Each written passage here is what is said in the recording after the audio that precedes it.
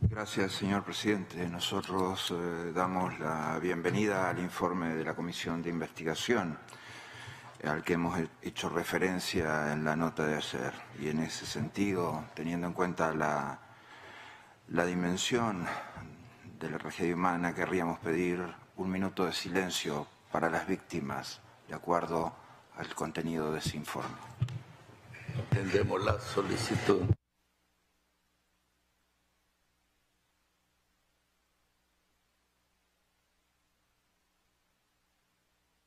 Gracias. Gracias, señor presidente. Respecto a la nota enviada ayer a la canciller Freeland, eso ha sido realizado obviamente con el objetivo de contribuir, como han sido los trabajos que ha realizado la organización y la Secretaría General en este tiempo, de los cuales en muchos casos Canadá ha participado y ha coparticipado, como fue respecto a la investigación de crímenes de lesa humanidad en Venezuela. Recientemente también las investigaciones que realizó la organización respecto a también procedimientos que estamos identificando de limpieza étnica a los Pemones en Venezuela.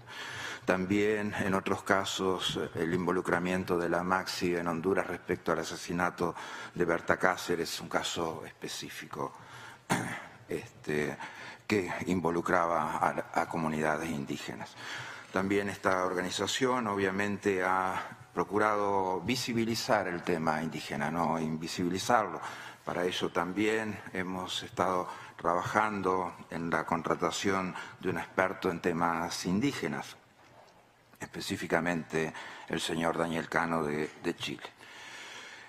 Bien, como surge del informe, hay responsabilidades internacionales y hay alegaciones, obviamente, en el tema del derecho interamericano al respecto, que nosotros estamos además dispuestos a compartir junto con la responsabilidad moral que tenemos de hacer visible este tema.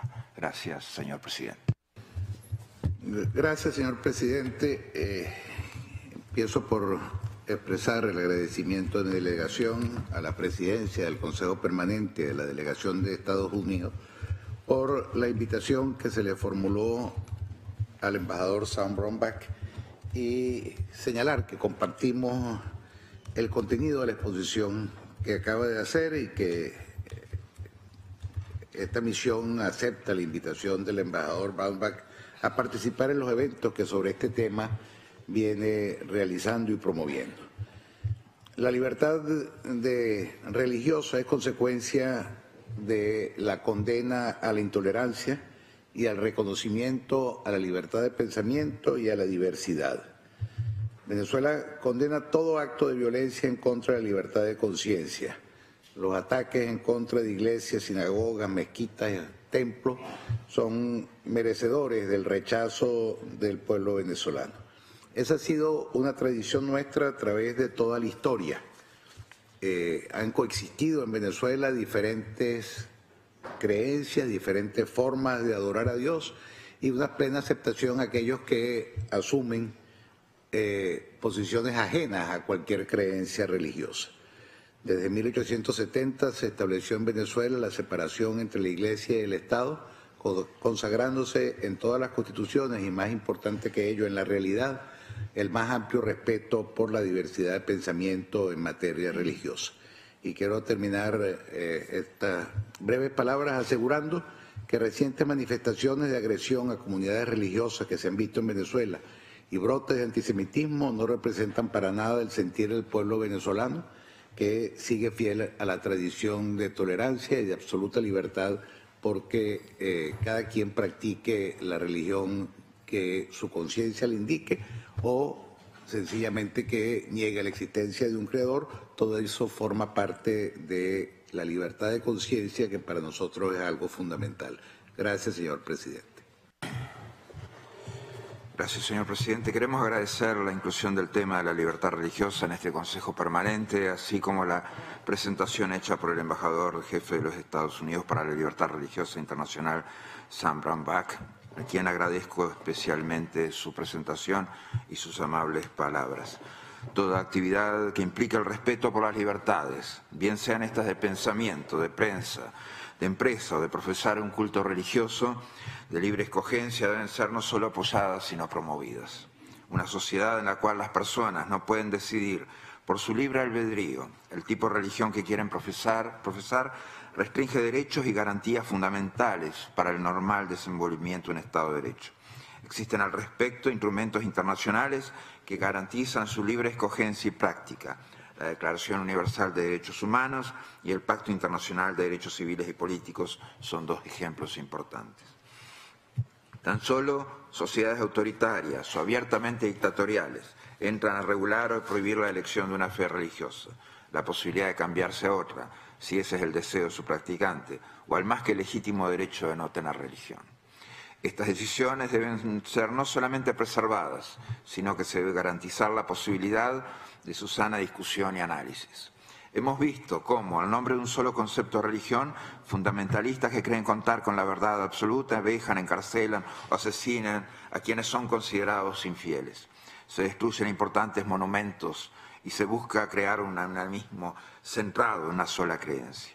El secretario de Estado de los Estados Unidos de América, Mike Pompeo, dijo al respecto que necesitamos que los gobiernos reconozcan la discriminación religiosa y la persecución, se opongan firmemente a ella y consideren la libertad religiosa como una prioridad de política exterior. Hacemos entonces un llamado para que todas las libertades esenciales del ser humano, en este caso específico la de profesar la fe o creencia, que sea escogida de manera autónoma, sean respetadas por las partes. Gracias, señor presidente. Gracias, señor presidente. El compromiso de Lima sobre gobernabilidad democrática frente a la corrupción es considerado como un logro muy importante para nuestros estados en atención a que cuenta con mandatos concretos para combatir y luchar contra la corrupción en el continente. Por ello, aprovechamos esta oportunidad para reafirmar nuestra voluntad de seguir acompañando este proceso, sobre todo tomando en consideración el mecanismo para el seguimiento e implementación que fuera aprobado en el marco del Grupo de Revisión de la Implementación de Cumbres GRIC. El presidente Mario Abdo Benítez, desde que asumió el gobierno en agosto del año pasado, ha dado señales claras de dar un combate frontal a la corrupción y a la impunidad. Ha manifestado que lucharía contra este flagelo caiga quien caiga, y así lo ha hecho. En todas las ocasiones en que investigaciones concretas han identificado posibles actos de corrupción y donde se ha obrado con coherencia sin retroceder en su camino de respaldar a la justicia y la transparencia. Asimismo, el Gobierno Nacional ha culminado los trámites internos de registro de los avances en el cumplimiento del compromiso de Lima. Solo quedan algunos ajustes técnicos para la inclusión en la plataforma en línea.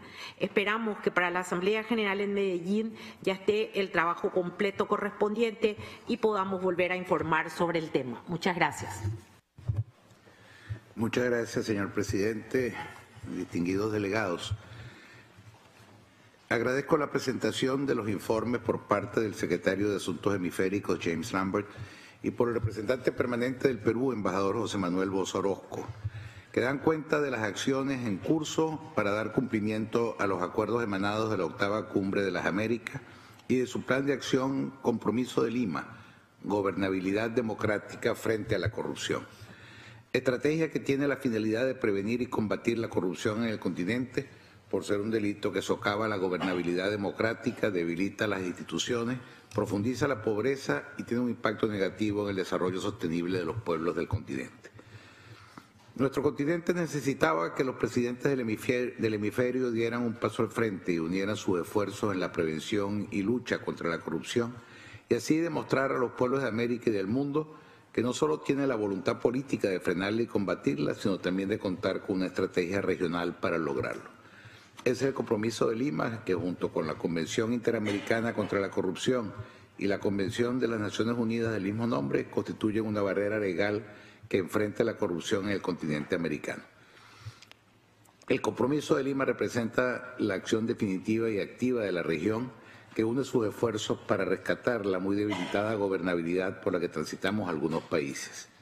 permitirá devolver la confianza ciudadana en las instituciones y determinar el impacto negativo de la corrupción en el desarrollo sostenible de las poblaciones del hemisferio y en la supervivencia del sistema democrático. La usurpación del poder en Venezuela es una muestra de cómo la corrupción penetró en la cúpula gubernamental, destruyó la democracia, sus instituciones y se infiltró en la sociedad. Venezuela se ubica dentro del grupo de 3 países con mayor índice de corrupción, según lo establece la muy reconocida organización Transparencia Internacional. Hoy en día Venezuela atraviesa la peor crisis humanitaria, institucional, social, económica y moral que registra la historia reciente de nuestra región. Es el momento de no repetir errores. Lo que sucede hoy en Venezuela jamás debe replicarse en ningún país del hemisferio y por ello la importancia de dar seguimiento al compromiso de Lima, que constituye un paso firme en la construcción del dique que preservará la moral y la ética en las Américas. Aprovecho para felicitar la labor del Grupo de Revisión de Implementación de Cumbre al adoptar en noviembre de 2018 un mecanismo para el seguimiento del compromiso de Lima que incluye un calendario riguroso para que los países de la región presentemos los informes de ejecución. Tengo la esperanza de que pronto pueda Venezuela empezar a evidenciar pasos concretos y éxitos reales en la lucha contra este flagelo. De igual modo, deseo destacar el trabajo de la Secretaría General en su capacidad de presidir el Grupo de Trabajo Conjunto de Cumbre, de continuar actuando como memoria institucional y brindando apoyo y asesoría a los Estados miembros que soliciten esa colaboración en las diferentes etapas del mecanismo de seguimiento. Todo ello conduce, para concluir, celebrando el registro de los avances que materializan el compromiso de Lima,